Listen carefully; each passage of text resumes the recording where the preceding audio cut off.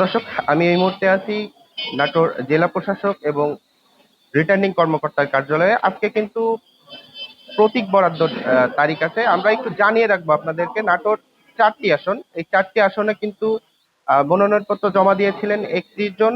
এর ভিতরে 6 জন প্রার্থিতা প্রত্যাহার করেছেন গতকাল, অর্থাৎ 20 জানুয়ারিতে কিন্তু প্রার্থিতা প্রত্যাহার করার কারণে এখন সর্বমোট প্রার্থী আছে 25 জন। এই 25 জন কিন্তু প্রতিদ্বন্দ্বিতা করবেন। আজকে যে প্রতীক বরাদ্দ, সেই প্রতীক বরাদ্দের পরে কিন্তু প্রার্থীরা কিন্তু উৎসবমুখর পরিবেশে কিন্তু বের হচ্ছেন রিটার্নিং কর্মকর্তার পক্ষ থেকে, সম্মেলন কক্ষ থেকে। এবং যারা এখানে আছেন তাদের সাথে আমরা একটু কথা বলবো। দর্শক, আমরা ইতিমধ্যে প্রার্থীদেরকে কিন্তু দেখতে পাচ্ছি। আমাদের সামনে এখন আছে নাটোর 4 আসনের জামায়াত ইসলামী মনোনীত প্রার্থী মাওলানা আব্দুল হাকিম। আমরা তার সাথে একটু কথা বলবো যে আসলে প্রতীক বরাদ্দর পরে তাদের যে অনুভূতি বা তাদের দলীয় নেতা কর্মীদের নিয়ে যে তারা এসেছেন, তার থেকে একটু শুনবো তার অনুভূতিটা কি। জি, আসসালামু আলাইকুম রহমতুল্লাহ। আমি আব্দুল হাকিম, আলহামদুলিল্লাহ। আজকে এইমাত্র আমার দাঁড়িপাল্লা প্রতীকটা পেলাম, প্রিয় প্রতীক, যেটা আমার গুরদাসপুর বড়িগ্রাম নাটোর 4-এর গণমানুষের কাছে আমি ইতিমধ্যেই আমার প্রতীকটাকে তুলে ধরেছি।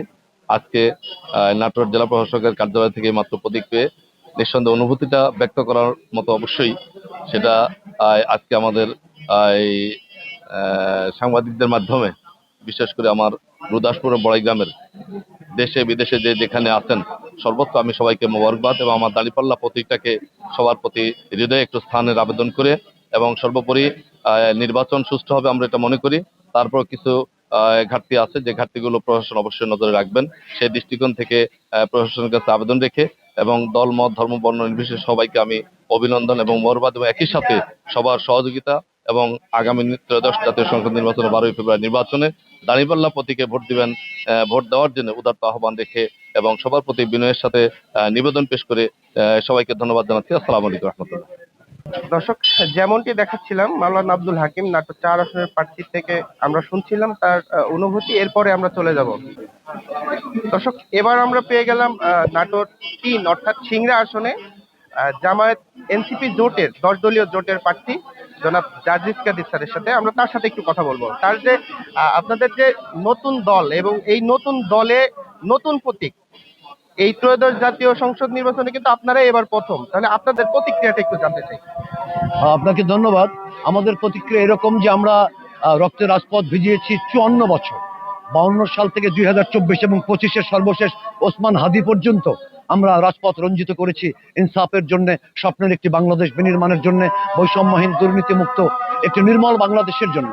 ফলে আমরা এবার যে অংশগ্রহণ করতে পারছি এবং আমরা চাই যে আমরা সংসদে গিয়ে রাজপথ যেভাবে রঞ্জিত করেছি করে রাজপথ ছেড়ে আমরা চলে গেছি, কিন্তু আমরা প্রতারিত হয়েছি। এবার আমরা রাজপথ ছাড়িনি, আমরা রাজপথে থেকেছি। আমরা নিজের একটি সংগঠনের জন্ম দিয়েছি, কারণ আমরা সংসদে গিয়ে জনগণের প্রতিনিধিত্ব করতে চাই, তারুণ্যের প্রতিনিধিত্ব করতে চাই, যার মধ্য দিয়ে সত্যিকারের স্বপ্নের যে একটি বাংলাদেশ, যেটা আমরা 71 সালে মহান মুক্তিযুদ্ধের মধ্য দিয়ে আমরা কল্পনা করেছিলাম, ভেবেছিলাম, স্বপ্ন দেখেছিলাম, সেমন একটি দেশ আমরা গড়তে চাই। ফলে আমাদের প্রতিক্রিয়া অবশ্যই আরো অন্য রকমের প্রতিক্রিয়া। সে প্রতিক্রিয়ার মধ্যে আমাদের রয়েছে হলো স্বপ্নময় একটি প্রতিক্রিয়া, বিজয়ের একটি প্রতিক্রিয়া, আমাদের এগিয়ে যাওয়ার একটি প্রতিক্রিয়া, লড়াইয়ের একটি প্রতিক্রিয়া, লড়াই থেকে বিজয় ছিনিয়ে নিয়ে আসার প্রতিক্রিয়া, এবং জনগণের কাছে আমাদের এই একটা আশাবাদ যে যে দলই ক্ষমতা যাক, দল যাবে ক্ষমতায়, দেশ হবে জনতার, দেশ হবে নাগরিকের। আমরা বারবার দেখেছি দল গেছে ক্ষমতায়, দেশ হয়ে গেছে সেই দলের। আমরা আমরা আমরা চাই যে দল যাবে ক্ষমতায়, দেশ হবে নাগরিকের, দেশ হবে গণমানুষের, এবং দেশ হবে জনতার, এবং প্রত্যেকটি জায়গায় আমরা ইনসাফ প্রতিষ্ঠা করতে চাই। একই সাথে আমরা ভারতের দিল্লির যে দাসত্ব, এটা আমরা কোনোভাবেই মেনে নেব না। দিল্লির আধিপত্যবাদের বিরুদ্ধে আমরা, কিন্তু দিল্লির সাথে মর্যাদাপূর্ণ বন্ধুত্বের সম্পর্ক আমরা চাই। সেটি যদি হয় তাহলে আমরা অবশ্যই তার এক ধাপ এগোলে আমরা 2 ধাপ এগিয়ে যাব, কিন্তু তা আমরা গোলামি, এটি আমরা মেনে নেব না। আমরা পূর্ণ আজাদি চাই, এবং পূর্ণ আজাদির জন্যই, আমাদের মর্যাদার জন্যই আমাদের এই লড়াই। Thank you very much. আমরা এবার পেয়ে গেলাম নাটোর 3 আসনের স্বতন্ত্র প্রার্থী জনাব দাউয়ার মাহমুদের কাছ থেকে। তার কাছ থেকে শুনবো যে নির্বাচন, আসন্ন যে জাতীয় নির্বাচন, সেই অনুপাতে আজকে কিন্তু তাদের যে প্রার্থীরা আছে তাদেরকে কিন্তু প্রতীক বরাদ্দ দেওয়া হয়েছে। তিনি স্বতন্ত্র প্রার্থী, তার থেকে একটু শুনবো তার প্রতিক্রিয়াটা কি। বিসমিল্লাহির রহমানির রহিম। আগামী ত্রয়োদশ জাতীয় সংসদ নির্বাচন, নাটোর 3 সিংড়া থেকে আমি স্বতন্ত্র প্রার্থী। আমার প্রতীক ঘোড়া। আমি দীর্ঘ 17 বছর রাজপথে ছিলাম, জনগণের দ্বার প্রান্তে দৌড়িয়েছি। আমি সেজন্য বিজয়ের প্রতীক হিসাবে, আহ, যুদ্ধে বিজয়ের প্রতীক হিসাবে, ইসলামের প্রতীক হিসাবে আমি ঘোড়া প্রতীককে আহ, মার্কা হিসেবে নিয়েছি। আমি বিশ্বাস করি সিংড়ার মানুষ ঘোড়া প্রতীকে ভোট দিয়ে জয়যুক্ত করবে। আর সবচেয়ে বড় কথা হচ্ছে সিংড়ার ভোটাররা এখনো আতঙ্কে আছে, ভোটটা কেমন হবে, সুষ্ঠু নির্বাচন হবে কিনা। বিগত 14, 17, 14, 18 এবং 24-এর মতো নির্বাচন হবে কিনা, এই জন্য মানুষ একটি আতঙ্কে আছে। কারণ আমার প্রতিপক্ষরা এখনই হুমকি ধামকি দিচ্ছে। আপনারা দেখেছেন বিগত দিনে আমার নেতাকর্মীকে মারধর করেছে, হুমকি দিয়েছে। তারই ধারাবাহিকতা এখনো কিন্তু এই হুমকি চলছে। তবে আমরা প্রশাসনের দৃষ্টি আকর্ষণ করেছি, প্রশাসনকে আমরা জানিয়েছি। আর আপনাদের মাধ্যমে জানাতে চাই, যেহেতু গত 15 বছর 17 বছর আমি আন্দোলন রাজপথে ছিলাম, যেখানে আওয়ামী লীগের চোখ রাঙানিকে ভয় পাই নাই, পুলিশের অ্যারেস্টকে ভয় পাই নাই, বহুবার কারাবরণ করেছি, সেহেতু আমাকে এই ভয় দেখিয়ে লাভ নাই। আমি বিশ্বাস করি আমি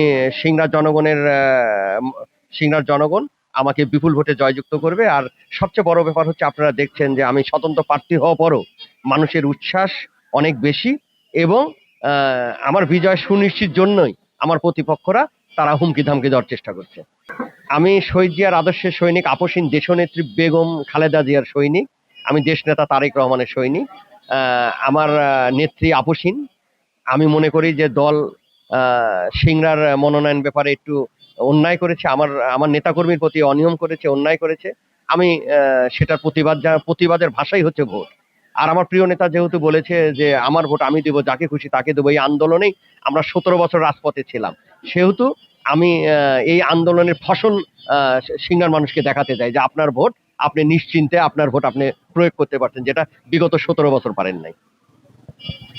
দর্শক, যেমনটি শুনছিলাম, বিএনপির যে চেয়ারম্যান তারেক রহমানের যে একটি বাক্য জনাব দাউদ মাহমুদ বললেন যে আমার ভোট আমি যাকে খুশি তাকে দিব।